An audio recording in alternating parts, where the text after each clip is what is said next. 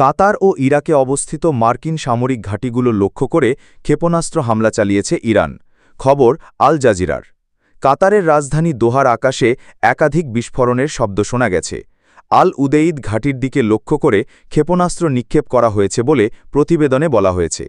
একই সঙ্গে ইরাকেও একটি মার্কিন ঘাঁটিতে ক্ষেপণাস্ত্র নিক্ষেপেরও খবর পাওয়া গেছে। শনিবার দিনগত রাতে ইরানের ৩ পারমাণবিক স্থাপনায় হামলা করে যুক্তরাষ্ট্র। ইরানের পক্ষ থেকে আগেই জানানো হয়েছিল যে যুক্তরাষ্ট্র যদি সরাসরি হামলা চালায় তবে তার জবাব কঠিন হবে। এখন পর্যন্ত মার্কিন প্রতিরক্ষা বিভাগ কিংবা কাতার সরকার আনুষ্ঠানিক বিবৃতি দেয়নি, তবে ইরান হামলার কথা স্বীকার করেছে।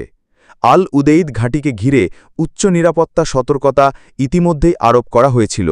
এটি মধ্যপ্রাচ্যে যুদ্ধ আরও গভীর এবং যুক্তরাষ্ট্রকে সরাসরি ইরান-ইসরায়েল সংঘাতে জড়ানোর ইঙ্গিত দিতে পারে। সম্মানিত দর্শক, আমাদের ভিডিও আপনার ভালো লাগলে চ্যানেলটি সাবস্ক্রাইব করুন।